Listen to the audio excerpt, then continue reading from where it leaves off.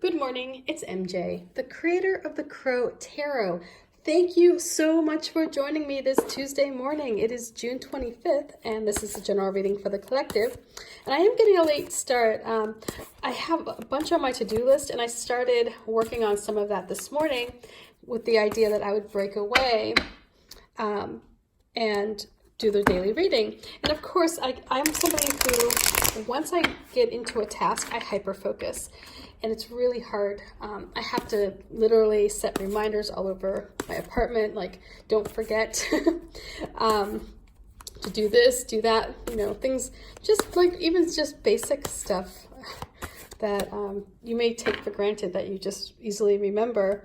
If I'm focusing on, especially anything that requires like art, like anything that I am working on creatively, oh, it's just forget it. I mean, there are days where I go the entire day without eating, without drinking, and I'm glued to my computer screen. So, and those are generally the days in which my daughter is with her Nana or her father, who she visits on the weekends. So, but anyway, let's get started. Usually my daughter reminds me to do things such as eat, because she's also looking for food. So, okay, let's get started. The first card I have today is, we have the Ace of Swords, and this is the foundation. So if you think about where you are, this moment in time, where you're sitting right now, or perhaps standing, maybe you're on the subway listening to this, wherever you are, it all began with this energy of the Ace of Swords.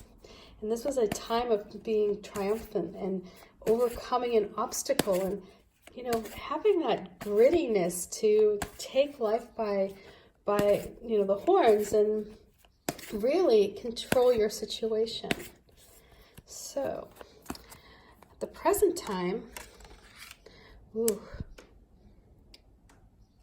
have the energy of the Five of Swords. So let's see how this energy plays out, because for the Crow Tarot, the Five of Swords has a few different meanings depending on the energy that's around it, and of course your vibes, right? I mean, these are your crows. These are your messengers. For me, these are my messengers. So for you, it may be a little bit different. But how I interpret my goodness, how I interpret these cards really has to do a lot with how I feel and the intuition, the message that I am receiving. So for some of you, you may look at this and go, oh, well, for me, the Five of Swords indicates this. Well, that's why in the guidebook, I have a little place for you to calibrate your crows so that you guys are all on the same page. And here we have the Empress as the advice, and this is the energy that the crows bring back. So when I do my readings, maybe it's a little unconventional. Maybe it goes against how normal people do their tarot readings. I'm really an intuitive-based reader. So what I do is I look at the images. I know what these cards mean to me as the creator of the deck, but also because I hold each one as an equal, or as a unique presence. So when I hear their story, just like we have multi-layers to our personality, so do these cards.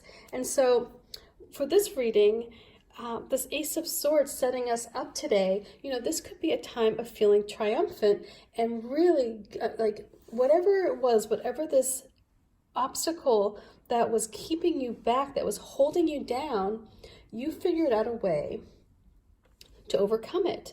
And like a rocket shooting into the air, it's like you just rose up, owned it, and you're like, whatever this obstacle is, you've got it. I mean, it could be something as simple as, having to get your car repaired and needing to come up with the funds to do that. You're like, problem, you acknowledged it, you saw it, and you figured out a solution. You used that sharp intellect of yours to come up with new ways to solve this problem, and bam, you shot up, you got your situation resolved. And so here, this is a a time of feeling victorious in that and feeling really empowered, right? Because when you can take over a situation and you can see it to a successful completion, it's like, wow, like what else can't you do? You know, there's this wonderful story in a TED Talk about this little boy who was handicapped, and he made it a point to swim to Alcatraz. It was like a big swim thing that they do down there, I guess. And anyway, this little boy is on his way back, and he's just bobbing up and down, and he's just like having a, like, you know, to the outside observer, he's just struggling, right? And so he gets back on the shore, and the parents, instead of being just like absolutely, you know, horrified that their son was doing this and looked like he was near death, they were cheering him on. And part of this TED Talk, the person mentions that, can you imagine now what this kid can accomplish, right? I mean, like, he made it. He did this feat of just pure will and determination to do something that other people, even skilled swimmers, had a hard time doing. And this child who, you know, really struggled for a good part of it was successful. And I mean, long story short here, it's like, think about all the things that you have accomplished that you thought were just so beyond your means or so beyond your skills or so you know, overwhelming. And once you accomplish that, it's amazing. It's like you can take on the whole bloody world. And so anyway, this Ace of Swords, that's what I'm getting here with this, is that this was a time when you probably may have thought, I can't handle it. But when you did, it infused in you a power. And so this power led us to where we are today. And this energy of the Five of Swords may come to you in a couple ways. Let's start with the negative one first. You have all this energy, all this power, and you feel very triumphant, and you can handle anything. And now the pendulum swings a little bit too far to that cocky side, perhaps. And you're like, well, now I'm just going to keep going. I'm going to, you know, push aside anybody or not care about those who, you know, who may stand in my way. And I'm not really too concerned about if this victory is seen by others as, you know, being hollow or shallow or that I'm not deserving, because I'm just going to take what's mine and be done with it. And so there's that energy of that just, oh, you know, arrogant and, you know, just like that win at all cost kind of mentality. So if you're feeling like that, if you're feeling like you're somebody who perhaps sees themselves as an island, you know, who doesn't need anybody, can handle everything on their own, they're resilient, and, you know, it's like, you know, I've pulled myself up by my bootstraps and so can you kind of attitude, right? If you're doing that to a point where you're pushing people away, or you have people who are just kind of laying dead because, you know, they really don't want to ruffle your feathers, you know, you have to ask yourself, how sustainable is this going to be?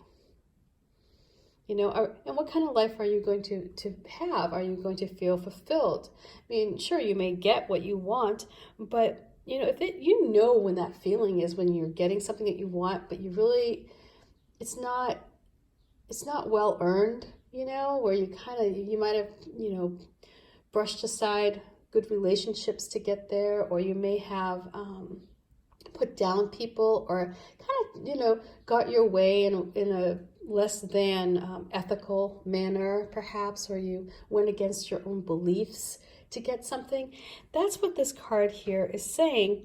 And, you know, you may have discovered this power of yours. The question is, are you using it for good? And so here, this Empress energy comes in, and she is saying to you, you are a creator of this life, and you're a creator of your life. And if you want to enjoy all the riches that are around you, you may need to start seeing yourself less like an island, but part of the greater good, or part of something bigger. You know, you could be an island, but you're part of an archipelago. You know, it's like you're not off by yourself there. You have other resources around you. You have other people who are impacted by your actions. And so I love that this Empress comes through in the advice, because it's really a motherly quality. It's somebody who comes in and just embraces everyone and embraces yourself, even when you're feeling like, you know, you're ready to win at all cost. A mother is still going to love a child who is less than perfect, right? You know, so this is that motherly energy coming towards you and really surrounding you with the love that you need so that you can grow in a way that benefits not just yourself, but also the benefits that you do receive are not one that is, you know, where people look at you and go, oh God, you know. They may respect you, they may respect what you're doing, but they may not like you, you know. And you may be one of those people who just, you know, can say, well, I don't care what people like, or if they don't like me, it's fine. But, you know, I don't know. I kind of feel like in this day and age, as I get older, I think about this more and more. I would rather have more people at my funeral than to have a big elaborate funeral. Does that make sense? Like, I would rather have people who, when I pass away, come and share love and warm memories than have me put in a casket and, you know, without well wishes, you know, for safe travels to the other side, I guess. So this is how you have to see, you know, this is about priorities, okay?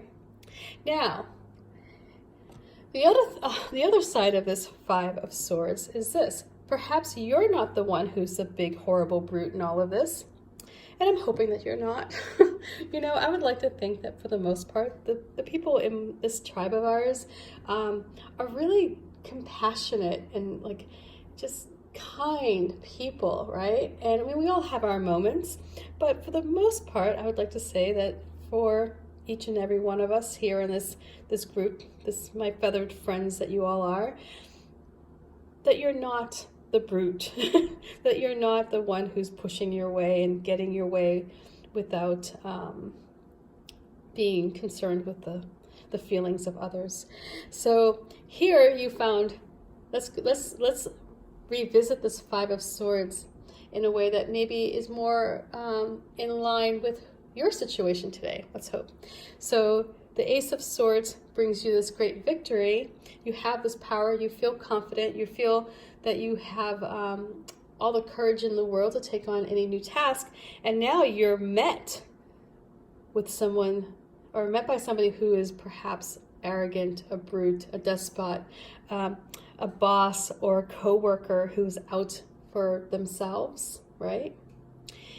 And you may have this desire to just leave, walk away, say adios, you know, I don't want to have anything to do with you, and quit your job or whatever, quit the relationship, quit the friendship. Perhaps this person is an energy vampire, and what they want to control, what they want to take is the entire conversation every time you guys get out to eat or to dinner or whatever. And it's just somebody who is just, you know, they have to have the final say. They have to be the smartest person in the room. They have to have the greatest stories. They have to be the most elaborate.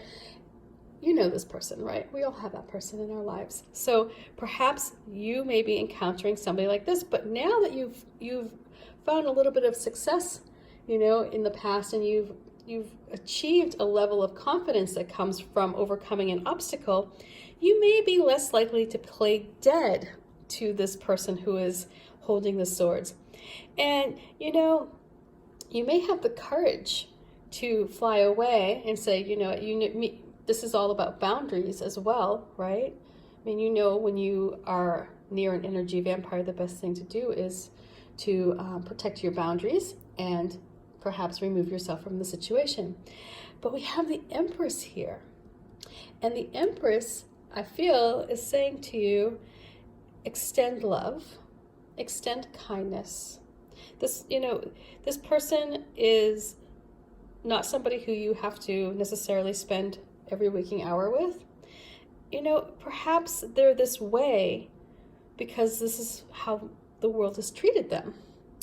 Now, this does not say that you should,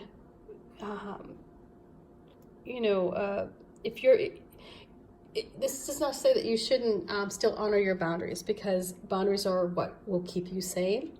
But perhaps it's okay to let a little, just let a little bit of extra loving energy move in their direction. So, although for this reading, I'm going to wrap this up here because I'm starting to go long, and I know I'm droning on, and I apologize. For this reading, this card, this Five of Swords, may be you.